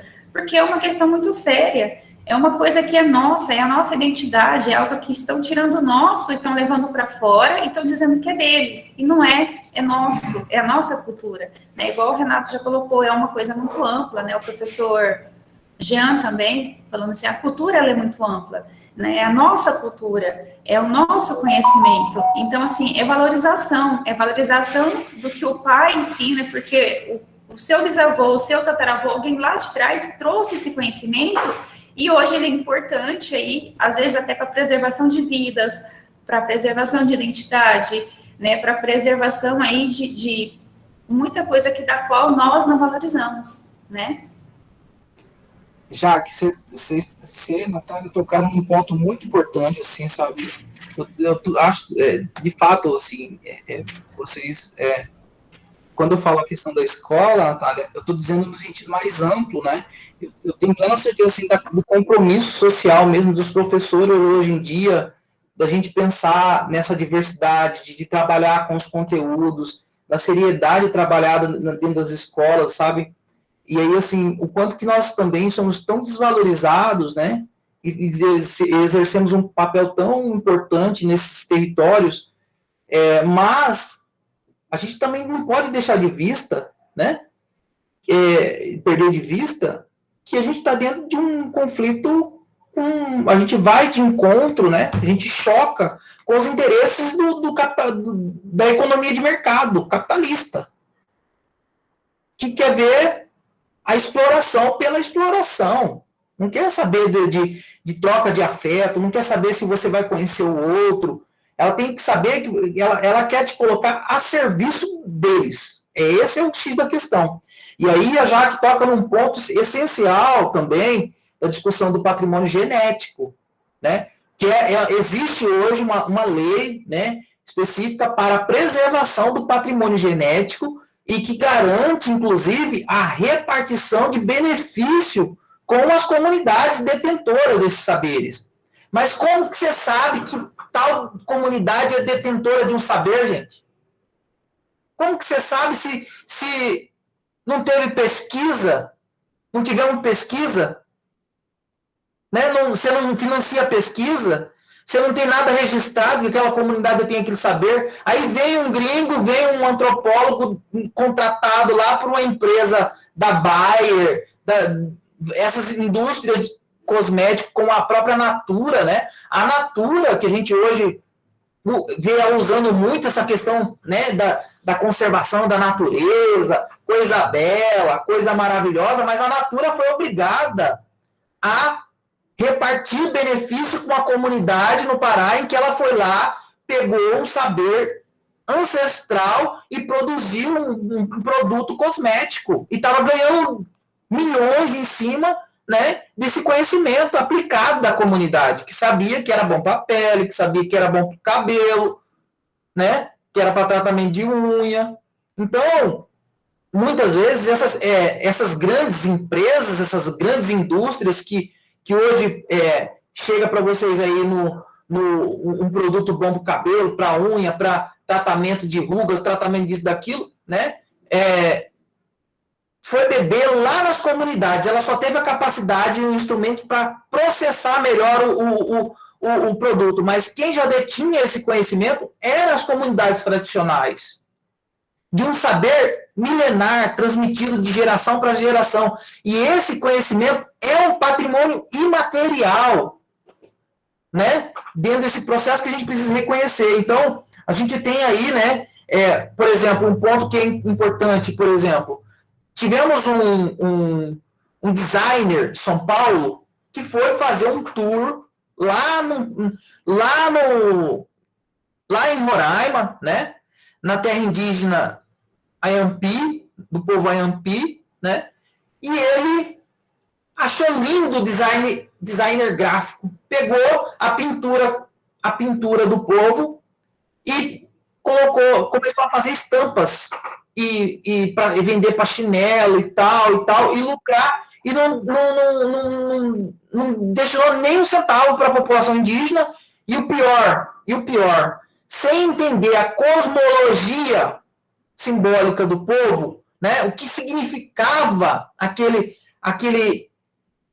pintura para o povo, ele reproduziu como se fosse algo positivo, sem entender os sentidos. E aí gerou uma briga enorme, e ele foi obrigado pela justiça a tirar do cartaz, tirar do portfólio dele a pintura, porque os povos indígenas o povo indígena alegou que ela fazia referência ao espírito mal que não deixava as pessoas melhorar, que trazia para baixo, que fazia referência à morte para eles. Não era uma coisa assim. Então, não era uma coisa que inclusive, eles estavam pleiteando dinheiro. Não queriam dinheiro. Eles não queriam, de fato, que aquele símbolo fosse veiculado daquela forma, né, sem respeitar. Inclusive, eles entendiam que fariam mal para as pessoas. Então, esse conhecimento, né, tem que tomar muito cuidado quando a gente vai fazer essa troca, esse intercâmbio cultural, e vai, às vezes, trazer uma referência cultural sem entender a cosmologia, o lugar que é produzido, aonde que é usado, como que é usado, porque, às vezes, você está fazendo... É a mesma coisa o médico falar para você, tome esse medicamento aqui uma vez ao dia. Você vai e toma 5, 10 vezes ao dia, porque você não entendeu o significado e vai te matar, né? Então, é um pouco disso, né? Que a gente tem que pensar quando a gente fala dessas referências culturais, do patrimônio imaterial, né? Quanto que é importante para que seja reconhecido esses saberes, sejam valorizados a nossa diversidade cultural. E aí, gente, por que o patrimônio também é um ponto de conflito? Porque na medida que você reconhece que os indígenas têm esse saber, têm essa relação com o território, que ele conhece toda essa natureza, esse ambiente, que ele tem ali os seus lugares sagrados, você também tem a obrigação moral, ética, de garantir a esse povo, por exemplo, o direito a um território, que era um deles por direito historicamente, muito antes da gente chegar aqui, né? E aí, isso, quando a gente está falando de propriedade, é tensão, né? Quem que já não viu aí os inventários de família, né? As heranças, os problemas homéricos que geram, né? Então, é tenso essa questão, né? E para eles, é muito mais do que apenas uma herança, um bem comercializável, né? Bem econômico. a relação com o território é muito mais profunda do que hoje a gente leva e a concebe, né? Então, por isso a gente é permissivo, por exemplo, com construções de hidrelétricas que vai impactar, inclusive, na produção do peixe, na mortalidade de peixes, né? Que vai impactar na ictiofauna, que vai impactar na fauna, né? Que vai impactar no desaparecimento de espécies de planta, né? Que vai impactar no modo de viver de um povo, que nós não colocamos no lugar do outro, né? É isso. Muitas vezes não fazemos esse exercício, né, permanente. É um exercício permanente que deve ser feito todos os dias, né? Bom, obrigado, gente. Desculpa aí, Jaque, falei demais. Não, que é isso. Gente, tem mais algum questionamento? Alguém quer falar alguma coisa? Profs, estudantes que ainda estão na live?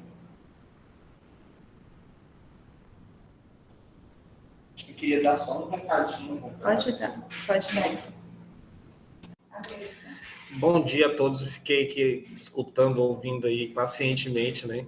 Fiquei hipnotizado aqui, estava conversando com a Jaque, com as falas, e como é bom a gente ter esse momento de aprendizado, né?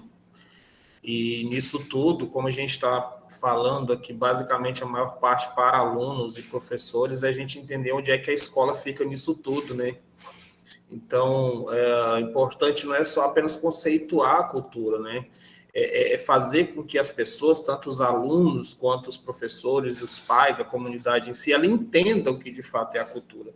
Porque, infelizmente, a gente vê que existe um etnocentrismo estrutural muito grande, e aí a gente acaba passando para os nossos alunos o preconceito cultural que a gente aprende lá desde dos nossos avós que vieram lá da Itália, da Alemanha, enfim, de outros lugares do mundo, do próprio Brasil, e a gente acaba perpetuando isso dentro da própria escola, quando, por exemplo, eu acabo deixando passar que um nome europeu, ele tem mais imponência que um nome africano ou um nome, digamos, brasileiro, né?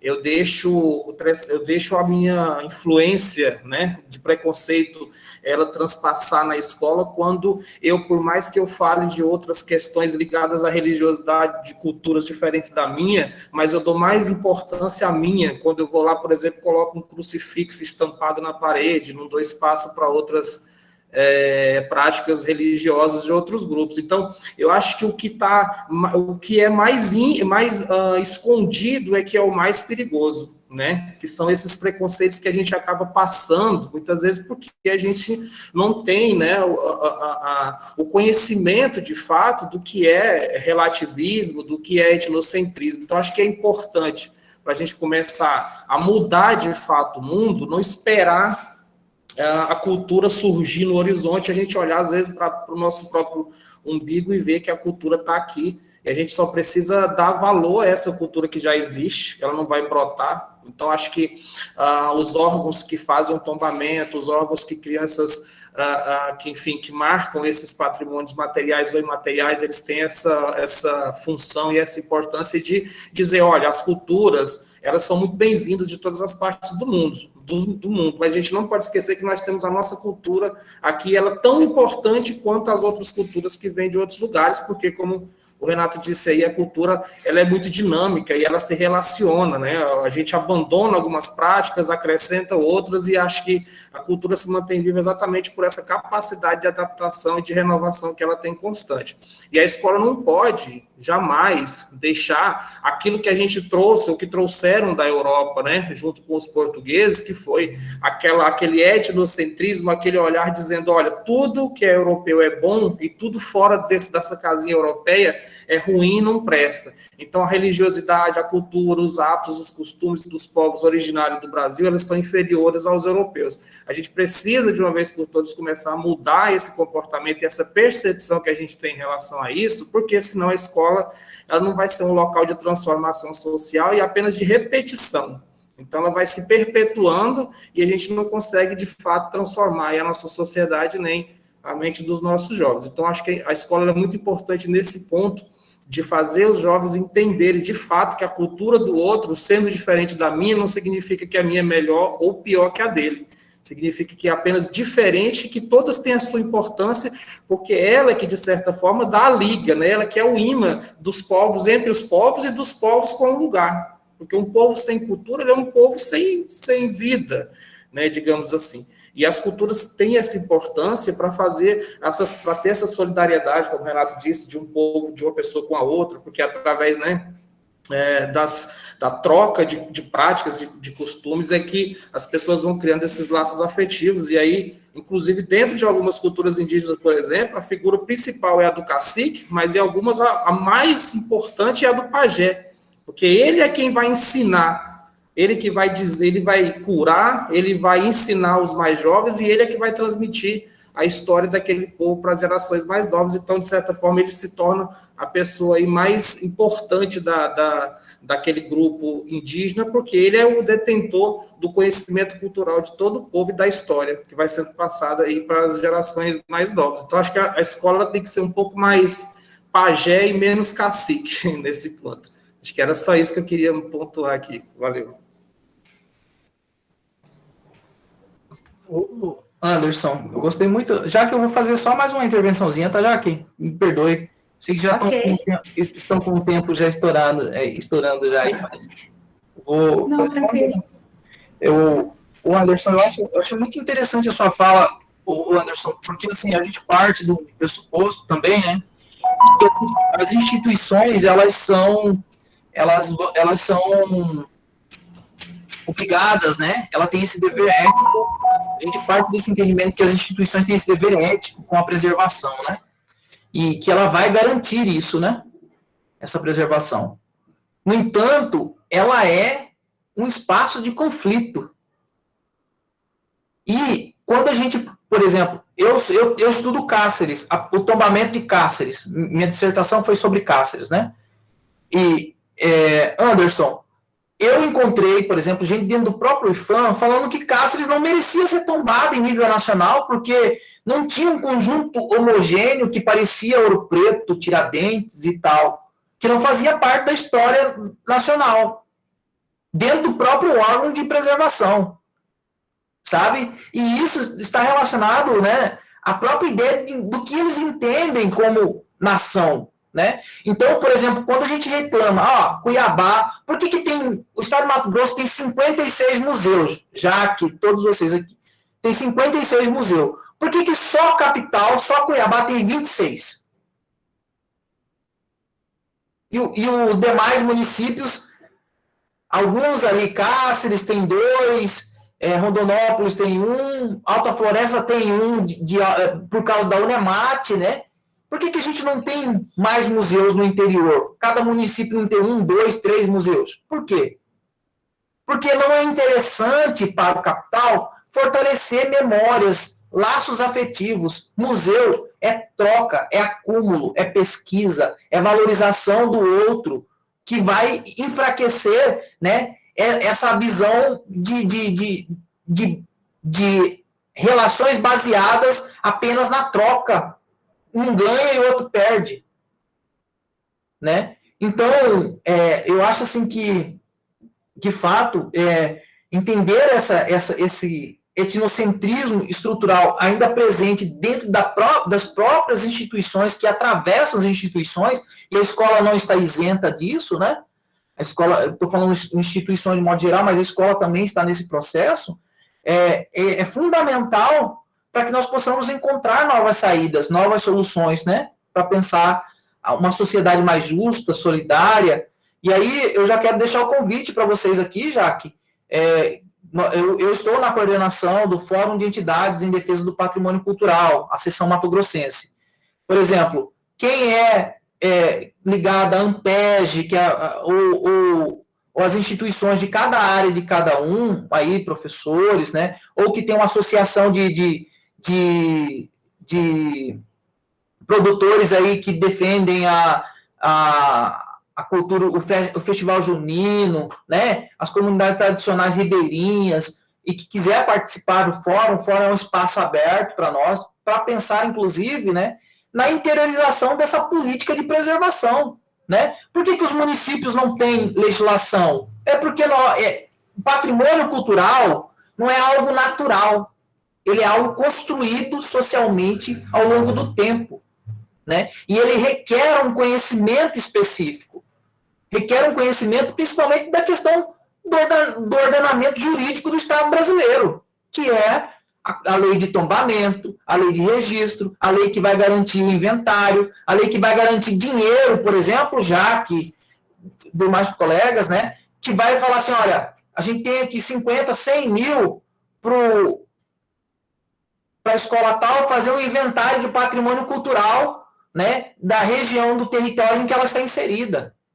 Professores, organizem um projetinho aqui, vocês têm aí a possibilidade de comprar material, comprar computador, comprar máquina, trazer profissionais. Então, assim, você tem, a partir disso que a gente precisa construir esses espaços que vão garantir aí a produção de informação que vão ser base para o reconhecimento. Então, assim, não adianta a gente falar que o Matrinchã é o patrimônio cultural, o filé de Matrinchã e tal, é patrimônio cultural, né, um saber, o preparo do Matrinchã é um saber que é patrimônio cultural de Alta Floresta, se nós não tivermos estudos que comprovem, né, estudos técnicos que vão demonstrar essa relação entre homem, animal, esse saber alimentar, né, esse acúmulo produzido, construído e transmitido ao longo do tempo.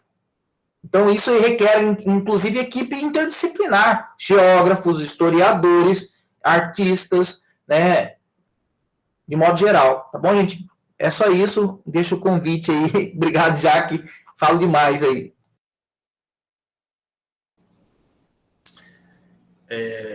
Se alguém tiver mais alguma, para a gente finalizar aqui, ainda tem 3 minutos, mas caso ninguém tenha mais alguma coisa para acrescentar, deixar o agradecimento ao Renato, já que teve que se ausentar aqui rapidamente, no imprevisto, tá, Renato? E aí ela pediu para que eu finalizasse aqui com vocês, e assim, acho que a escola, hoje foi um dia de um ganho de conhecimento enorme, e a participação de todos, um debate riquíssimo aqui, né? Acho que até os alunos também trouxeram aí questionamentos bem ricos, bem inteligentes aí acerca da questão cultural, né? Da concepção de cultura, e a gente tem muito a agradecer, viu, Renato? A escola de coração agradece você e deixa aí o convite aberto também para outras vezes. Você está com a gente compartilhando aí, ajudando a gente nesse processo de rompimento aí das barreiras e de construção da nossa sociedade, porque não também de uma identidade, né, dentro da nossa cidade aqui, em relação a conhecimentos e práticas culturais, beleza? No mais, acho que é isso. Alguém quiser se despedir, quiser fazer alguma observação, está aberto. Se caso ninguém queira, muito obrigado, viu, Renato, mais uma vez. Acho que eu, particularmente, não tenho nada a dizer, para mim foi perfeito. Estava aqui conversando com a Jaque, falando, Jaque, parece que ele está lendo o meu pensamento. Então, assim, acho que foi bem rico, bem construtivo, eu particularmente aprendi muito, tá? Obrigado aí, Jean, obrigado ao pessoal que não faz parte da escola, mas está sempre aí com a gente, participando também desses momentos, e também faz parte da cena cultural aí de Alta Floresta, e aos alunos e aos professores da nossa escola. E especial aí ao nosso palestrante de hoje, que foi o Renato Fonseca, certo? Muito obrigado, uma boa semana aí, tudo de bom. Paz. Tchau, tchau, gente. Gratidão aí. Obrigado, Jaque. Tchau, Divina. Tchau, tchau. Obrigado aí, gente. Oh, valeu. Vocês. Tchau, tchau. Miguel, obrigado. Tchau, tchau. Até mais.